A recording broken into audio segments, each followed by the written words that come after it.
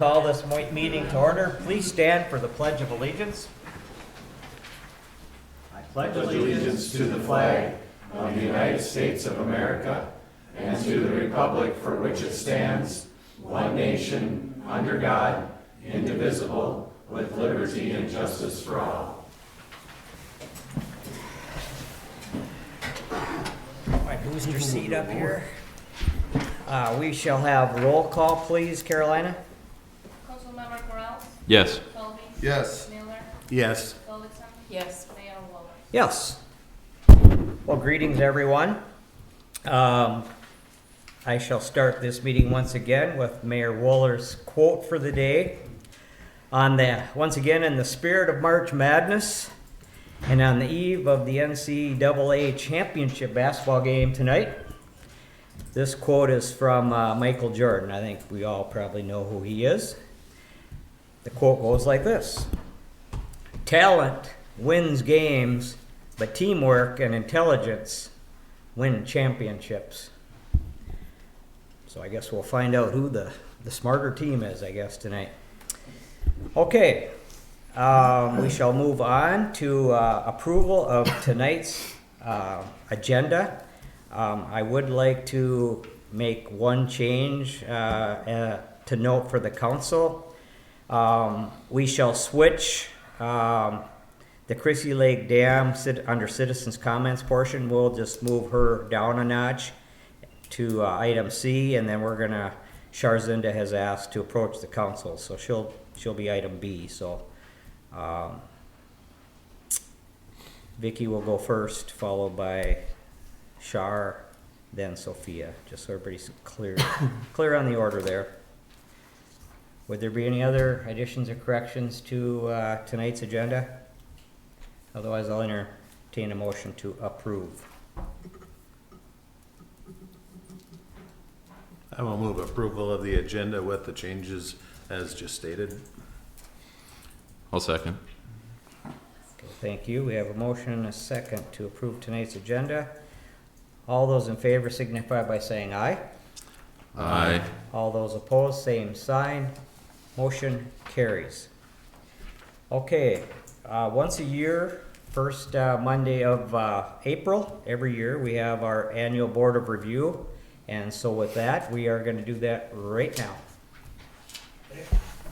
I'm Rick Swanson, Stevens County Assessor, and I'm just going to give you some review of the year, what we had. So our sales study for setting the 2025 values, it goes from October 1st of 23 through September 30th of 24. Those are the sales that we use to set the 2025 value. For that, there were 74 residential sales, 2 residential vacant lots that were sold, and 9 commercial sales.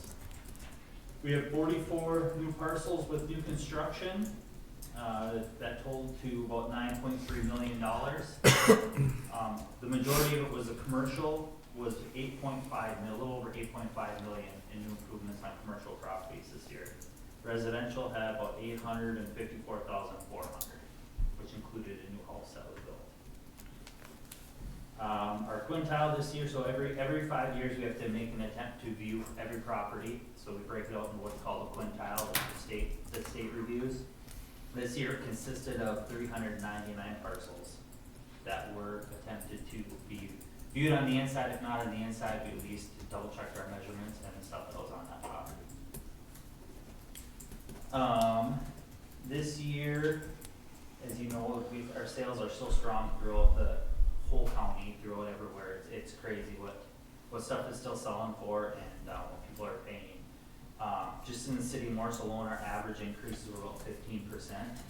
Just to meet, because what happens is we look at all the sales, we make a decision with the state if it's good or bad sale, and once it's approved as a good sale, it goes in, and what happens at the end of the year, after that sales turns up, we basically put a blanket over top of everything going, okay, it all sold, we have to be within 90 to 105% of that ratio compared to what the sale price was, and compared to what we have on it, we have to be within 90 to 100%. Our median has to be within there. So the middle of our sales has to be within that ratio. If we're not in there, we have to increase or decrease depending on which side you sit on. And lately, we've been running behind, so it was about 15% average increase on properties to get to where it needed to be.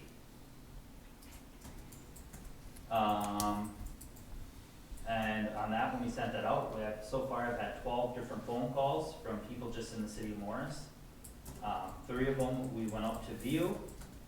Actually, we went to view 4, but we made three changes that we made. So one of them was it was 269,800, and we lowered that to 222,000. And one was 540,000, and we lowered that to 507,1. And another one was just a smaller, more dilapidated house that was 29.5, and that went down to 23.4. And a lot of these, it's not just because they want to, we have to have a reason, they have to show us why. It may be, we may have not ever gotten inside the property, and we find some stuff like, oh, we've never had this right, or oh, there's some maintenance on this house that is having issues, like that bottom one that was starting to have basement issues, the basement's starting to fall apart. So we're having structural issues on it, so we have to have that for the state to prove why that needs to be lowered down, so. Any questions on that? And then as far as you guys know, you have to have your training for us to be able to do this. Kevin, you're good till 28, and Jeff is good till 27. The state has made some changes for those of you that don't have it. If you go up to the Minnesota Department of Revenue, and then up there they have a search bar, you can just put in Board of Appeal training, and it'll pop up with a link. It takes about 30 minutes to do that Board of Appeal training. You fill out your name and your jurisdiction, and you're done. You're good for 4 years. Is that open year round, or That's is that? open year round now. They Okay. used to close it, and now they leave it open year round. So it's open. So if you would go and do it now, so you have to have it by February 1st to be able to do this meeting. So if I would have went in February 2nd and would have done it, I wouldn't have been able to, make the decisions for this meeting, but then the next year is when it would have really started for me. So yeah, they've started to leave it open year round, just to make it easy, because a lot of times there's not a lot of changes, and if there is, they can update and change it pretty quick now. Yeah, other than that, I don't have much else for you guys. If you have questions or concerns, I think we took care of pretty much everything of people calling in. Just our sales are still good, and our market's still good. And we have a lot of new construction which helps too, so even with our stuff going up. So everybody looks to see their value, and they're like, oh, my value went up 15%, Craig, my taxes are gonna go up. No, your tax won't go up 15%, everybody else is going up. They still might go up, they could go down, depending on what happens. There's a lot to put into that. Now, you said 44 parcels. I understand that those weren't all new construction, but do you have a number for the new construction of residential properties? Of the residential, well, the one new house is included, that was probably, what was that one? That one's not even 100% done yet, is it? It's not 100% done. I'm thinking that was only maybe 150,000 worth, because it wasn't 100% done yet. Wasn't completed. Okay. So, but now I've heard talk that we're gonna get quite a few here this next year coming up too, so that will help. It's nice to see new construction all the time, just to help with with everything. So. Right. How do we rate with the area around us, the other counties? I talked to you a couple weeks ago with just some comments to the north of us where I think you'd said like a 40% increase in the 40% community. in the city, yeah. So, Just- I mean, it helps so much too when we have this new construction that's adding on top of that as well, but with our sales, as long as we're keeping up with, some people think these are really big increases, well, yeah, we gotta keep up and try to stay in the middle, stay ahead of the curve of what's going on, so we're trying to get within that, between that 90 to 105, but also predict what's gonna happen in the future. So the better we can predict of what's gonna happen next year, the less we're gonna have to go up again the next year. Or if you get, all of a sudden you get these crazy sales where people are spending even more money. But what helps a lot is we get a lot of good, healthy sales in the city, where say you would look at a smaller community like Chicago or Hancock, all of a sudden if they would get a whole bunch of sales that were going for high prices, they could get, get a huge increase for some reason over there just because they don't get the number of sales like the city of Morris gets. So once they have 6 sales, that's considered a standalone on its own jurisdiction. So a city, a township, any of that, once they have 6 sales, that's looked at as a standalone jurisdiction. So then we don't use the overall county to be able to throw in the city of Morris. It's on its own. So pretty intricate when it comes to all that, how the state looks at everything or whatever. It gets pretty deep pretty fast.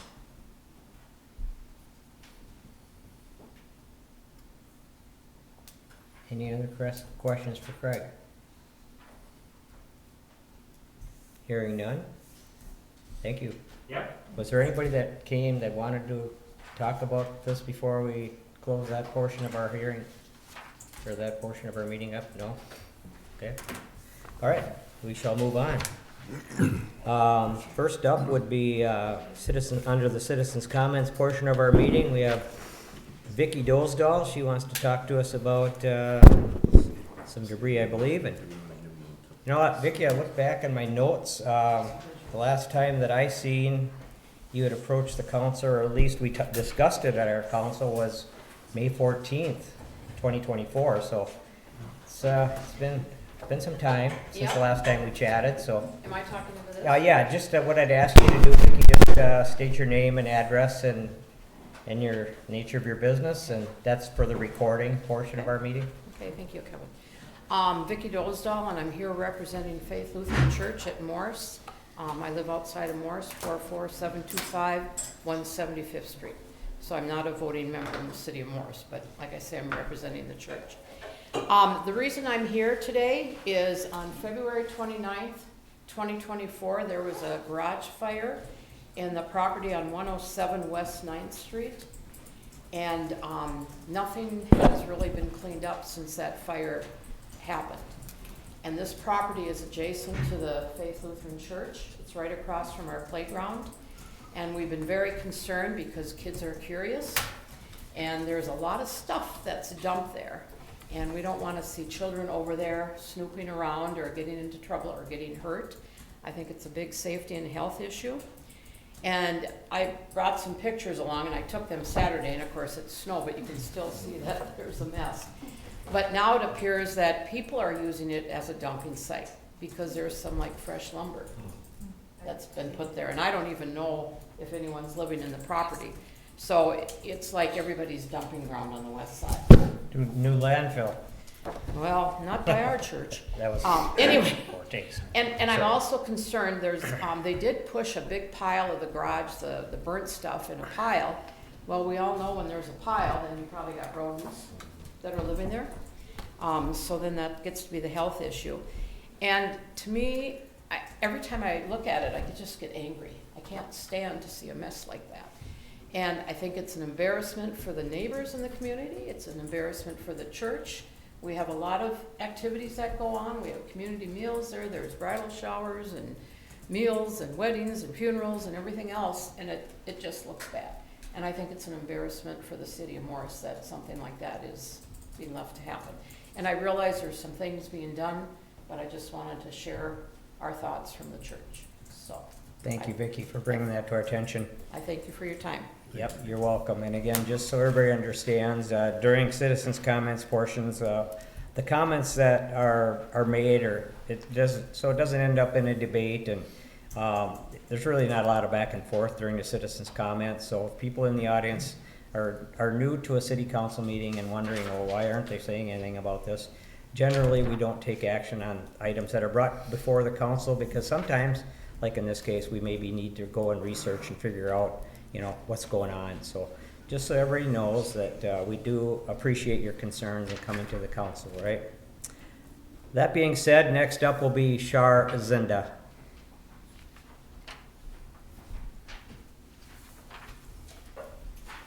My name is Shar Zinda and I live at 306 South Street. I'm here just because I have been wondering how much the city has been charged for lawyers, for an investigator, and for several policemen to guard people who were here to support our librarian. And I understand that you can't comment, and I also know that that's public information, but I don't know how to get it. So if someone could tell me how to find out that information, that would be good. Thank you. Thank you, Shar. Okay. Next up, we will have Sophia Maruska. She's gonna give us an update on the Chrissy Dam project, Palm de Terre River Association, and Houston Engineering. She represents, yeah. So, Sophia, the floor is yours. Sounds good. State your name and Oh, all that, just for I'm the recording. Sophia Maruska. I'm the watershed coordinator for the Palm de Terre River Association. And there are a couple folks on the teams meeting who are way better at explaining some of the project aspects than me, because I'm not an engineer or a hydrologist. So I'll let them take it away if that's all right with you guys.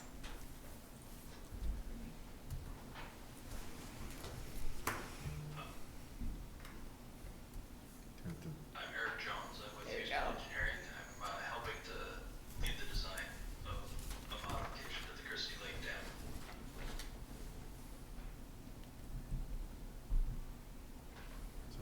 Okay, I'm Ted Root. I'm also helping with the design of the Christie Lake Dam modification. can we turn it up a little bit? The volume's kinda weak here.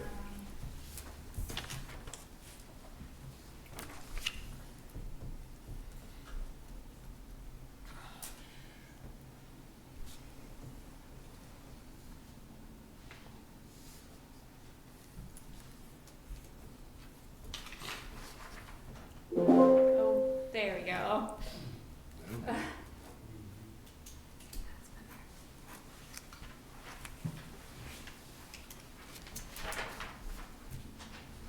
And then we have Alexander Lepin. He's the fisheries supervisor over in Glenwood. And Neil Haggard, he is a hydrologist or clean water specialist, I don't know, with the DNR. And then Mike Kelly, he's a clean water specialist, and he's the one who actually submitted the initial application for this project way back in 2024. So I'll have Eric probably go over kind of the changes to the plan that you see in front of you. Sure. Yeah, I can certainly do that. Maybe share my screen. I think this is probably what Sophia handed out to you. Yep. So, just a little bit. So, back on March 6th, we held an open house in Morris at the old Old Number One in their meeting room there, and a pretty well attended meeting. I suppose there's about 60 people that attended that.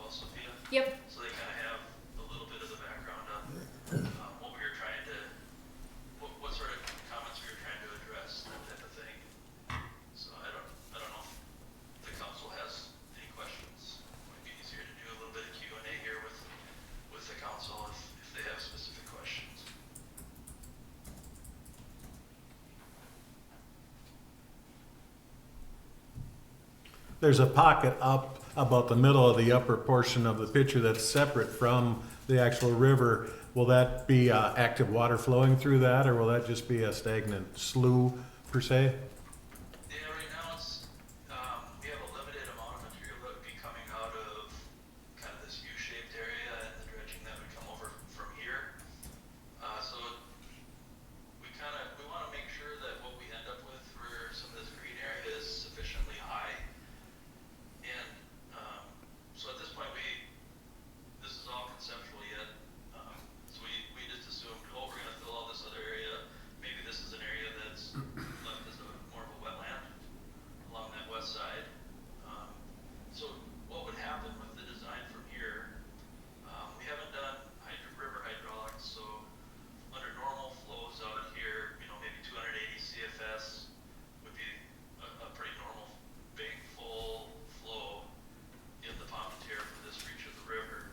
And what we need to do for further design is look at, okay, if we have a rapids here that's 70 to 90 feet wide, what would that do to water levels up in this area? We need to make sure that the elevations that we set for this green area along this restored channel is sufficiently high to basically contain that.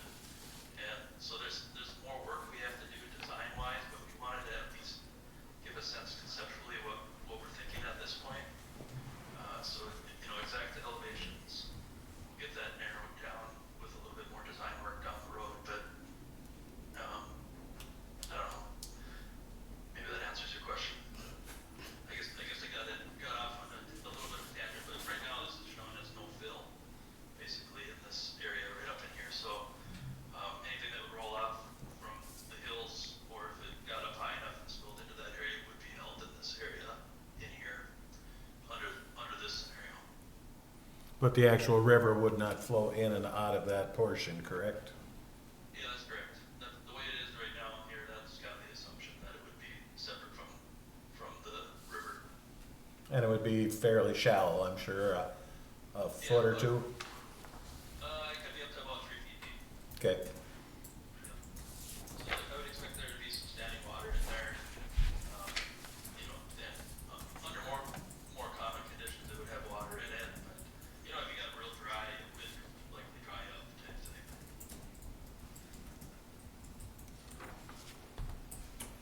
So the one thing, in the overall lot up in this area to the north of the highway, there is no channel left anymore in this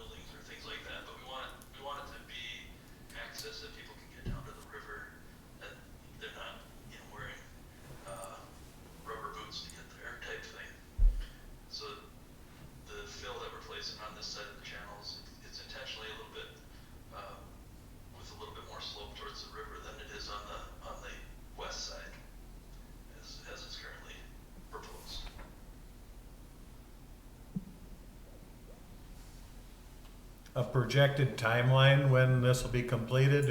Will it be at the same time when the road is rebuilt or the bridge is redone?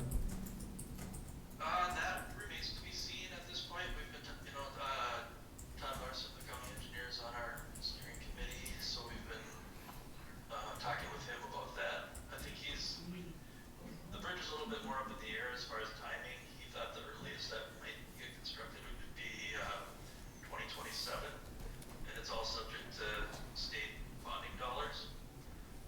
So it's a little harder to pin that down. That said, what we're doing here, we'll be coordinating design with Todd to make sure that what we end up with is going to be, dovetailed in nicely with what he's proposing to do there with the bridge. So the last conversation I had with Todd, at one point we thought maybe there would be an opportunity to, with the water level being a little bit lower on the south side of the highway, maybe we could do some sort of large box culverts through the highway, but I think the consensus at this point is that it would be a new bridge that would end up replacing the existing bridge in that location.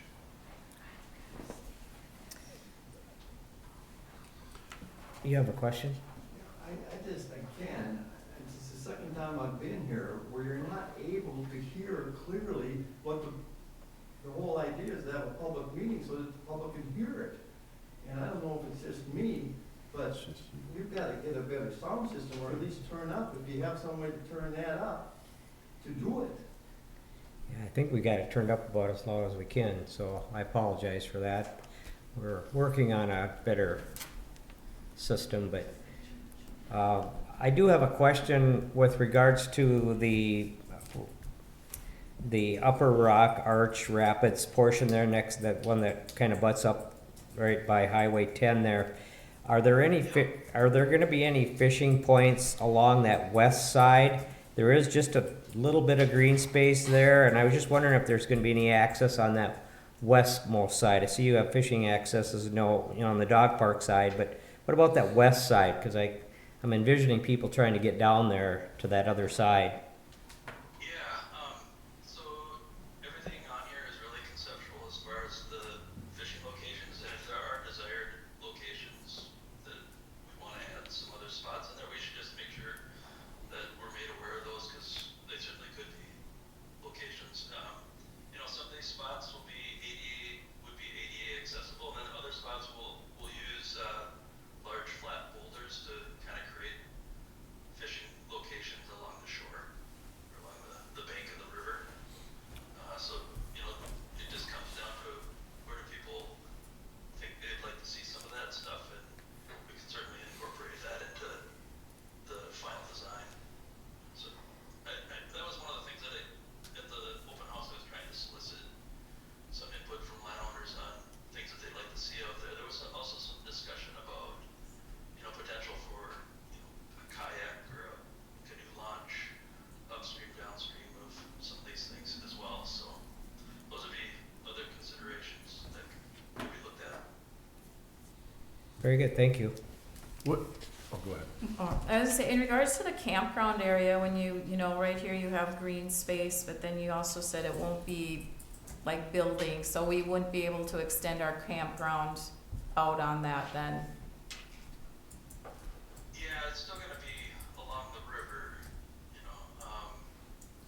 and right now we try to kind of tie in with this edge along the west side of the campground. A lot of that's at roughly elevation 1082, so that's kind of where we're tying in, is right along that edge. I don't know if you can see my cursor moving along here, and then we'd slope gradually down towards the river from there. So that's what we're trying to do with that slope along this west side of the campground. So it's not usable campground space then. That's what I'm asking. However you slope it, it's not. We can't say we're going to put 5 more campground spots out there on that part of it, on the green space, because it's not going to be able to hold that.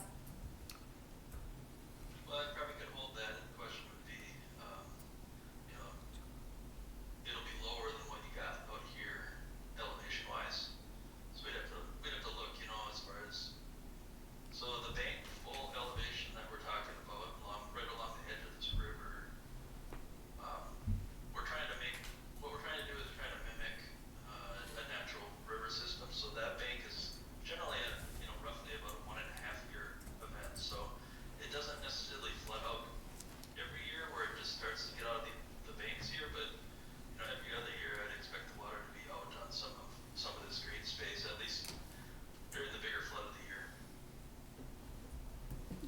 So you wouldn't want to build campground sites there because it's likely to get flooded every few years. So it's really not usable. I mean, when we look they at, can access it and go swimming, kayaking. The view will be better they than can now. do that now. Not when it's at 1.5 feet deep. The channel will be about 5 to 6 feet deep and 100 feet wide, so it'll be a lot easier to paddle instead of hitting the ground. Well, this green space, though, I mean, what is the ground going to be like in nature? Is it going to be soft and spongy? Is it going to be, you know, I mean, it can't be. There's got to be some sludge there now, so it's like, is it green space, or is it going to have cattails in it? Is it going to have weeds in it? Is it going to be? Is it something that can be mowed and kept to a green grass kind of green space, or not? Yes, so that's on the back of the sheet. The proactive approach to managing green space. So if you remember way back when we looked at the Pelican Rapids example, Well, they were able to build up their green space to prevent cattails and buckthorn, which is what we're gonna do here. It's not just gonna be dumped and left. well, what, you know, the firmness of it. What's the firmness underneath the water right now? I mean, how much sludge? I mean, if you're going to put some fill in there, is it going to be spongy? You're going to be able to drive anything out there? Are you going to be able to do anything other than, you know, are you going to be able to mow it or Yes. That's do the anything with goal. it? Was the parks guy? That would be my concern is, you know, what's Russ. that ground going to be like? I mean, yeah, it could be green space, but it could be, you might not even be able to walk on it, or I'm not sure what it's going to be like. So in this one here, what are we dropping the water level at the highway? It's about 1.5 feet. Okay, and I noticed that now we have the second Rock Rapids over by the dam. There, you had in your original options a Rock Rapids that replaced the dam that would keep the water level the same throughout the whole system. And I did notice that was quote unquote not funded or not fully funded. So I see now that we have a Rock Rapids there. So why wouldn't we just put the Rock Rapids there and keep the water level the same all the way through? Keeping the water level the same wouldn't restore the channel. Yeah, I understand that. Is that the full purpose of this? Is just to restore the channel? And improve the habitat. Right now it's just stagnant, shallow water. Doesn't really provide any recreational opportunities or good habitat for species. Is this option that you're presenting here fully funded? Yes. Yeah, it would be. You know, I think the thought is the reservoir's filling with sediment as it exists today. So what we're trying to do with the channel coming in on the north side is to get that to a stable state. And part of the way we're doing that is we're taking some of the material out of because right now this area here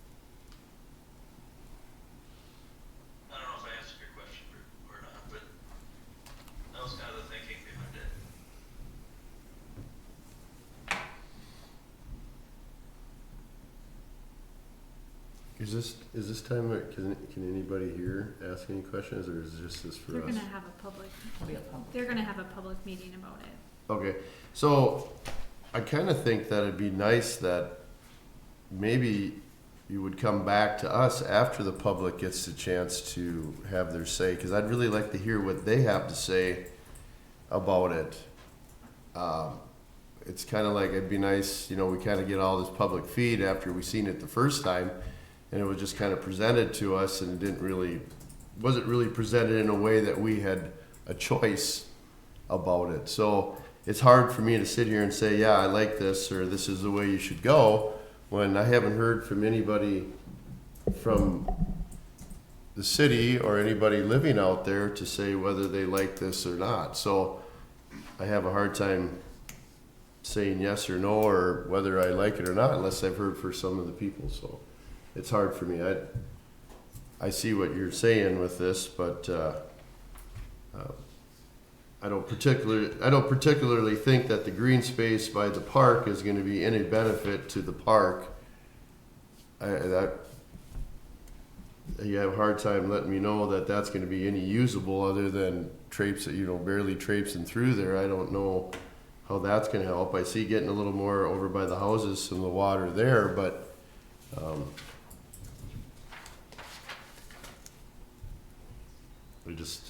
I guess that's. We're gaining some green space though, correct, through this whole process from where we're currently at?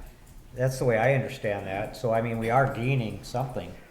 Whether it's usable or we can put sites on there is probably beside the point. Because I don't think we have any, at least I'm not aware of any plans to expand that direction, you know, our campground that direction. But, so the way I'm seeing it, unless I'm missing something here, it does appear that we're gonna have more green space than we currently do.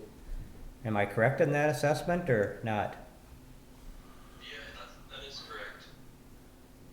This area to the south of the highway will have more relief than the stuff to the north. And some of it has to do with how much material we have. That's also why we tried to be kind of preferential on putting the material on the east side versus the west side.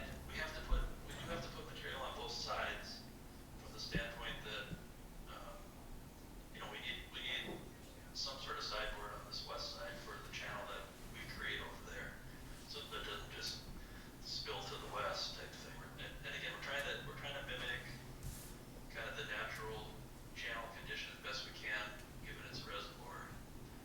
One of the things, maybe this helps to answer a question from earlier, you know, likely during construction we would probably draw the water level down on the reservoir for a period of time, because we want the sediments to firm up within the reservoir, and then we would start earthwork after that had a chance to dry out just a little bit. So that, you know, that's a kind of a construction sequencing thing, but that would be, I envision, or at least right now I'm envisioning that we'd actually have equipment that would be working in the bottom of the reservoir to make some of this stuff happen. Instead of trying to do it with a hydraulic dredge or something like that, which would be extremely costly.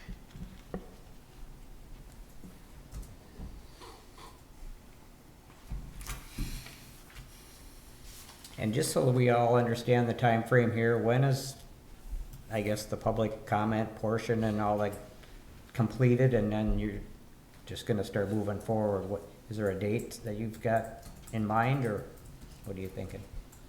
End of April, first week of May. I haven't said it yet. So got about 2 to 3 weeks of, I guess, time to think about what we want to do here, or at least give the public an opportunity to weigh in before any final decisions are made. So you're looking at 1st of May, thereabouts? Ish, yeah. Is there a date set for the county meeting? Tentatively April 15th. Unsure though yet. Okay, Not set in stone. This is like still a very rough draft. They still need to do the hydraulic modeling and stuff. So probably when that's all finalized to get the like well-rounded design. The big thing is we're trying to prevent the cattails and buckthorn by doing this. If we do nothing, it's gonna end up like this 10, 20, 30 years from now. and it will be cattail and buckthorn. We're trying to prevent that by making it at mowable height, by making it stable during flood events. I think that's the big misunderstanding is people think, oh, you're just gonna dump it and it's gonna grow. No, we're trying to do the opposite of that. Yeah, like, even to the point where, you know, we've discussed a little bit at the steering committee level about having, you know, let's say a 3-year establishment contract to get the vegetation well established within the reservoir. Because it'll take a little bit of time to get that stuff going down there, so. But I mean, at the end of the day, and I told this to the folks that attended the open house, you know, I mean, we want this to be an amenity for the community. You know, we don't want it to be an eyesore, so we're gonna try to make it as good as we can. And when we do have that open house, you know, it is an open house, so, you know, anybody from the council can certainly attend that and hear some of those comments firsthand if they'd like.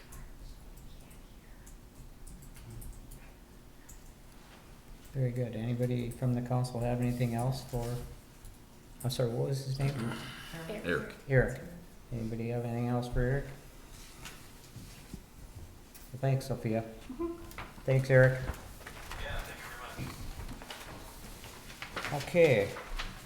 We shall, unless there's anybody else out there that would like to approach the council, we'll move on. Seeing none. We have no public hearings tonight, so we shall move on to reading and approval of our meeting minutes from, first up is the regular meeting minutes from March 25th, 2025. I'll approve the regular meeting minutes from 3/25/25. I will second. We have a motion and a second to approve our March 25th, 2025 regular meeting minutes. All those in favor signify by saying aye. Aye. All those opposed, same sign. Motion carries. Next, we have the condensed version of the meeting minutes. That's for the paper from March 25th, 2025. I'll approve the condensed version of the minutes from March 25th, 2025. I'll second. Thank you. We have a motion and a second to approve our March 25th, 2025 condensed minutes. All those in favor signify by saying aye. Aye. All those opposed, same sign. Motion carries. Now we have our consent agenda, which tonight consists of audit of city bills, our gambling reports, our charter commission meeting minutes from April 2nd, 2025.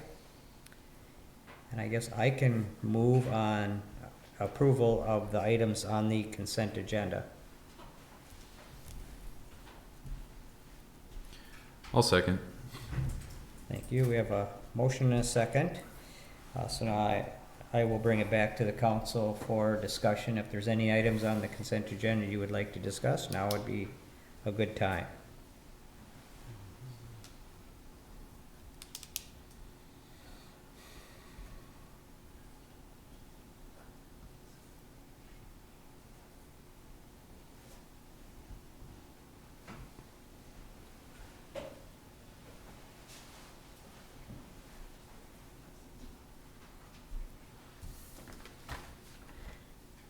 Charter Commission meeting, that's, I guess, history in the making. That's been a while since we've had, probably well over 35, 40 years since we've had that on an agenda, item under our consent agenda at least, so I guess history was made. Any other comments, questions, consent agenda, none? Okay. We had a motion and a second to approve. I guess I'll just ask for a voice vote on that. All those in favor of approving the consent agenda signify by saying aye. Aye. All those opposed, same sign. Motion carries. We have petitions, requests, and communications next up. The first item that we have to discuss is an appointment to a board. Becca, would you want to speak to that appointment? Yeah, so Sally Finzel, she resigned off the tree board. So we'd like to thank her for serving on that. And then we did get a request from David Poppy. Yep. So he said he's a former ISA certified arborist. He previously served on the tree board years ago, worked as a UMM groundskeeper with emphasis on trees for about 6 years. Currently the groundskeeper for Riverview Dairy Office, and also manages properties of several clients. So he is asking to be appointed to the tree board.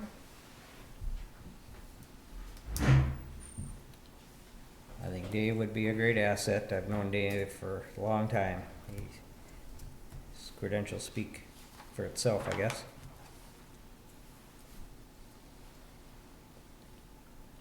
I will move to approve David Poppy to serve on the tree board. I'll second. All right, thank you. We have a motion and a second to appoint David Poppy to the tree board. All those in favor signify by saying aye. Aye. All those opposed, same sign. Motion carries. We have a presentation of our certification of petition signatures for the proposed ordinance. Becca, you want to speak to that? Yeah, so, like you heard at the last meeting, the petition was brought in with all the signatures. We needed to have them have 257 signatures. That would have been 10% of the last election. So, there was 534 signatures presented, so this represents 20.8% of the total number of votes cast in the election. So it meets the criteria. So your next item is the first reading of that proposed ordinance.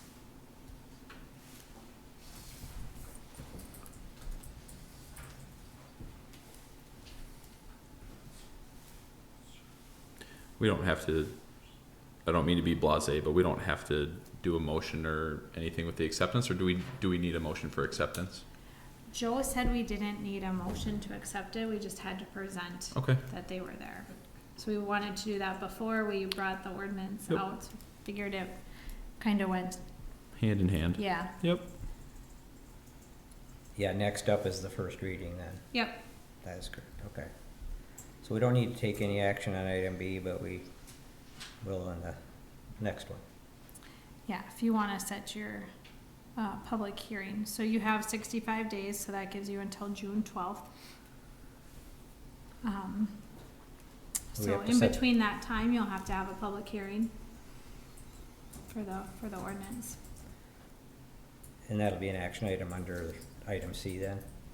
Yep, after your first reading, then you'll set Yeah, set and a then we'll public set- hearing. Yep, After the first reading, we do that, yeah, because it needs to be introduced and all that. Yep. Okay, yep, got it. There wasn't any discussion on item B then, we can move on to C, okay. Item C then, of course, would be the first reading of proposed ordinance for the preservation of East Side Park.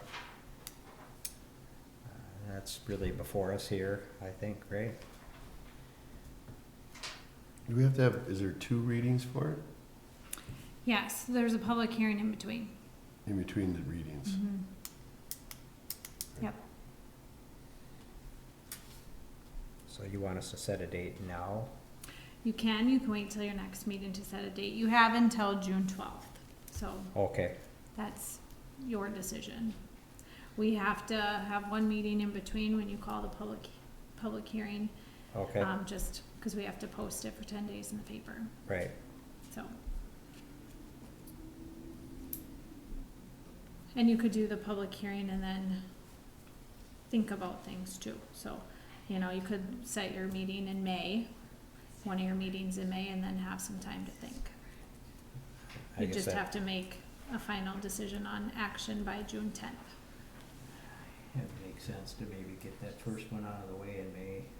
That'd be our 13th meeting. 13th or 27th. Is this a public meeting? Can you speak up? No, It's not a public meeting? No, No. we're in, It's a public meeting, it's not a public hearing. it's not a public hearing and this is, I mean, this is really for, this is the regular meeting. So public comment really, to answer your question, public comment is not allowed at this point. I'm not asking to comment, I'm just asking to speak up so that people can hear what's being said. Okay. I guess we'll have to speak louder, gang. Okay. Thank you. We'll do what we can. May, what are you guys thinking? Well, I think we should do it May 13th. Yeah, Let's I'm get good. it going. Sooner the better. That allows plenty of time. You want a motion on that, to set that Mhm. date? Okay, I'll entertain a motion to set that, first reading for Tuesday, May 13th.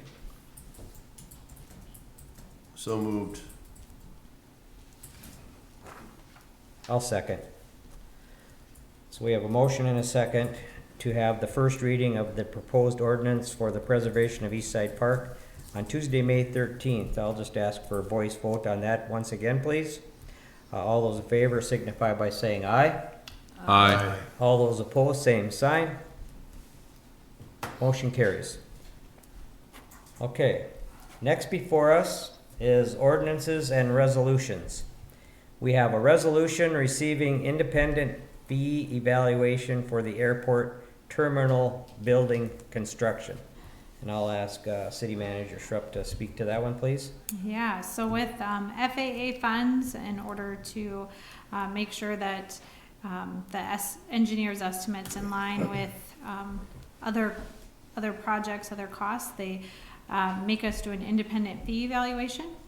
So that is all paid back with the project. So we did get a proposal from Kavoka Engineering in the amount of $3,250 to conduct the independent fee evaluation of Bolton and Manx fee for the design and construction of the terminal building project. So we're asking that you approve the resolution allowing them to move forward with the independent fee evaluation. Seems like just another step towards getting that done. Yep. I'll move on the resolution receiving independent fee evaluation for the airport terminal building construction project. I will second. Okay, thank you. We have a motion and a second to approve the resolution receiving independent fee evaluation for airport terminal building construction project. I'll ask for a roll call vote, please, Carolina, on that resolution.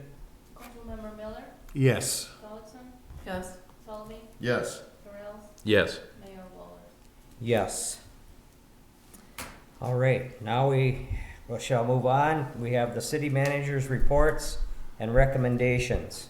The first item up is a sidewalk reconstruction program request for reimbursement for sidewalk replacement. I think we first saw this last meeting and I think we asked to tweak it a little bit and it looks like you have, so I'll let you Yeah. speak to that. Yeah, so this project is, I don't think I have a copy of that one, but it is, we have $15,000 that we budgeted for sidewalk repairs and reconstruction. So last meeting, the policy just had reconstruction. There was some questions afterwards from people requesting, well, what if their sidewalk needs to be moved up or down and instead of replacing the whole one. So we did add in there that it would be repairs and replacement up to that $3,500. So kind of lays out a little more step by step that you saw at the last meeting. So still the same type of things. We did add in there that we would only work on the sidewalk reimbursements every 10 years for the same parcel. So the sidewalk should last once they're done. So every 10 years we did add that in there. And then did add in a line on, because driveways do have that sidewalk portion in there, that if someone were to redo their driveway, that sidewalk is not eligible for these dollars, because it's for the repair and replacement of sidewalks in the community. So, any questions with how the new one looks? And it's first come, first serve. First come, first serve. Okay. I think you kind of hit all the points we talked about at the last meeting, just to clarify and make sure that, you know, it's basically at the determination of the city or the public works director whether it's in need of repair or replacement. Even though you apply doesn't mean you're gonna get it. I think that's pretty clearly stated here, which I think is really the only problem I had with it last time. So, is this something that we should, I'd like to move on that, move approval of this sidewalk reconstruction program request for reimbursement for sidewalk replacement. I think it's a great idea. I'll second that. Okay, we have a motion and a second to approve the sidewalk reconstruction program for reimbursement for sidewalk replacement. Yeah, I think it's a great step in the right direction, Becca. Thanks for all your work on that. Absolutely. Appreciate it. We have a motion and a second. I'll just ask for a voice vote on that, please. All those in favor signify by saying aye. Aye. All those opposed, same sign. Motion carries. We shall now move on to city manager's newsletter.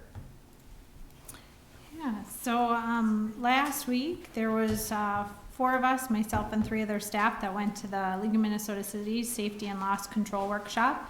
So the sessions that I sat in were about data practices, our mod factors for work comp insurance, ADA websites, fostering inclusive governance through roles and responsibilities. So data practice, a lot of discussion on the Minnesota Data Practices Act, and then that all public data is presumed public unless classified elsewhere.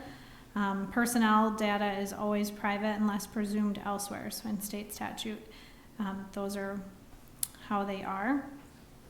There was discussion on data inventory and record retention schedules. They did talk about testing your backups at least once a year to see if you're actually backing up things. They said they did it for a client and they did not. They thought they were backing up every night, and when they went to go find it, it wasn't there. So that might be something we look into doing too, just to make sure we're holding our stuff also. Mod factors were discussed, so those are the numbers that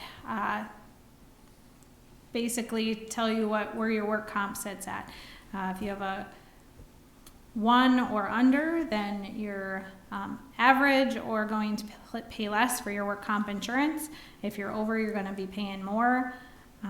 So they did talk about the best way to improve your mod factor is to focus on the wellness of your employees.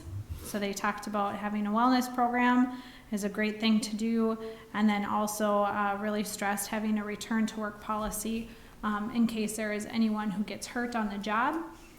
You can bring them back doing light work duty quicker, which definitely helps your mod factor because they're not out of the office long term.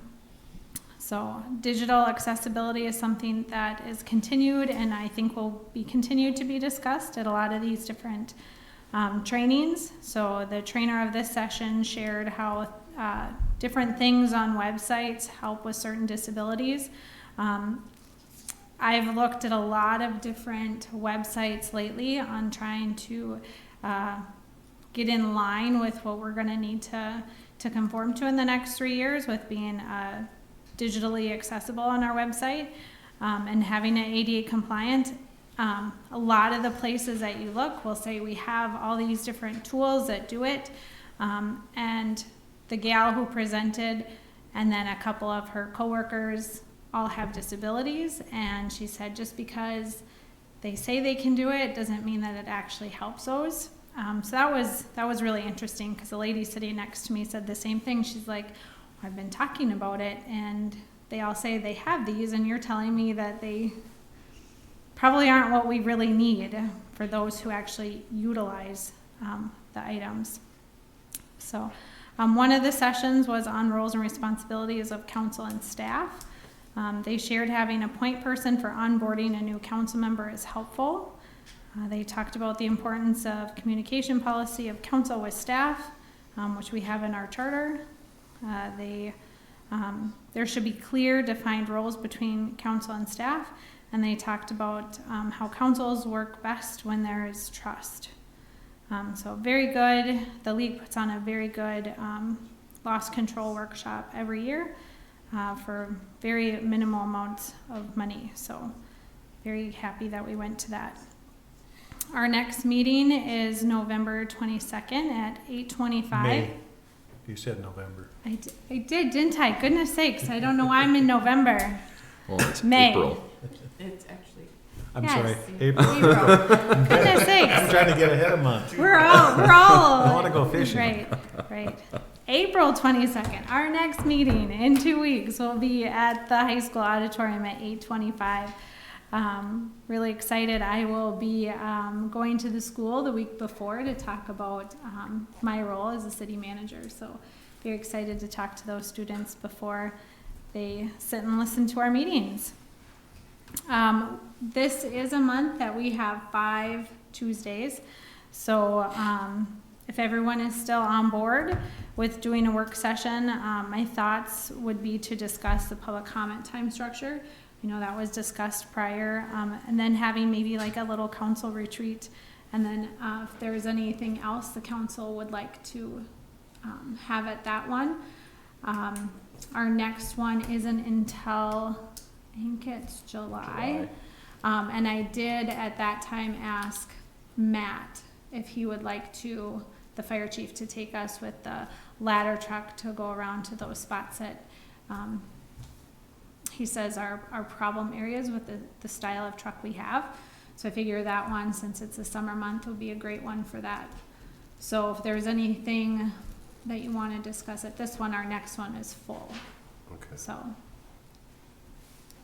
I think that makes sense. You know, we've had opportunities to facilitate conversation, you know, during our public comments and public hearings, and I think we could all benefit, as well as the public, on having something set in stone so people, you know and understand the process, you know, what we expect, and you know, so things can move in a proper fashion. So I think it's a great idea, and we can chat about it and come up with a So just policy. send you some. yeah, if you have anything that you want to talk about, some yep, things let me you know. wanna talk about, just send them to you so we can put them on the agenda. Mhm. Okay. That's Sure. April 29th then, right? Yep. Yeah. Yeah. Yep. Good deal. Yeah. Thank you. Policies, we've been working on a credit card and purchasing policies over the past week. I'm still in the midst of doing it, so I'm hoping the end of this week to send it out to the city attorney's office to take a look at. I will be sending it out to you prior than when the council packets go, just because we'd like to have them approved at the 22nd meeting. So those are 2 things we've been working on. And then lastly, the House. We've continued to watch the bills in the House and the Senate and share our concerns about their proposed zoning requirements. So we talked about this last year. It was brought up again. This definitely is something that takes away our power as a city to do local zoning. So we will continue to express our concerns. The league, the coalition, they've all been expressing their concerns also. So Who's pushing this bill? I feel like it's a group in the cities that's doing it. Although last year when we were up there, the metro area, they had someone talking against it too. So I I don't know exactly who's all pushing it, but Okay. someone from the metro area. And in the metro, their zoning looks a lot different than ours. And it can work probably better for them where it doesn't work out here. Right. It's not a one size fits all. So it's pretty much city, or the urban areas or the smaller cities are definitely not in favor of this. Last year when we sat in on a committee hearing, nobody, like none of the cities, even some of the bigger, like I said, the metropolitan housing area, they weren't in favor of it either. So I don't know, like I said, I don't know who was pushing, because it seemed like everybody was really against it. Right. Okay, thank you. Mm-hmm.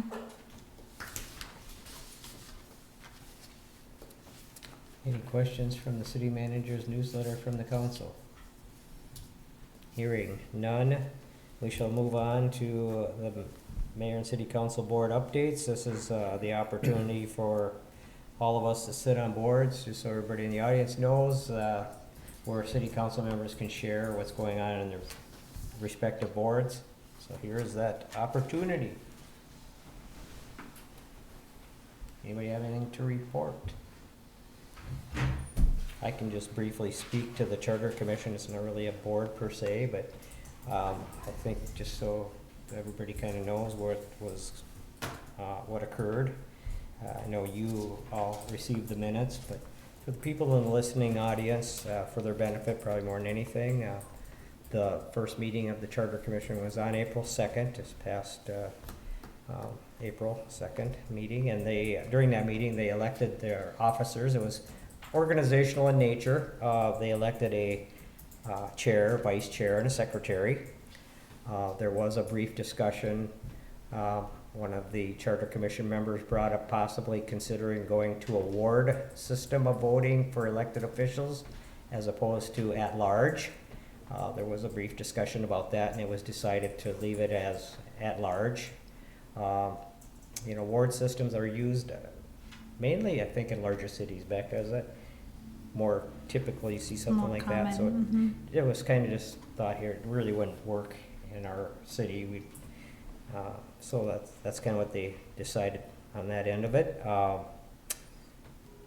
Really, that's pretty much it. At the end of the day, the Charter Commission is more of they're in an advisory, I guess I would call them kind of more of an advisory capacity to the city council regarding charter members. So as we go forward, there may or may not be something that we need to address, but it's just good to see it back up and running, and as we get used to working together, we'll see how things progress. No, I think it's to state too that the Charter Commission is advisory too. Anything that's brought up by them to maybe a change has to pass city council. Yep, So that's right. it's not that the Charter Commission is gonna make a change and then it's just done. So it's more of it still has to come in front of the city council. Sometimes people don't really understand that, but that's how it goes. Well, and I think and I can communicate, really, there was no intention by anybody on the 7-member commission that they're gonna be making any changes or any radical changes to our commission at all, or our charter at all. It's, our charter is a good one. It's served us well for a lot of years, so there's no really movement or intent in that regard, so, yeah. All right, anything else to come before the council? I have a point of order, since we're talking about the charter. It says in the council on petition on the preservation of Eastside Park, it says, when the petition is found to be sufficient, the city clerk shall so certify to the council at the next regular meeting. So it'd be today, right? And then it says, stating that the number of petitioners, the percentage of the total number of voters in which they continue, and the next sentence says, the council shall read at once the ordinance or resolution thereupon and provide for public hearings may be required, after holding of which council shall decide one of the 3 choices. So I'll pass this to the mayor so you can read your. They did that.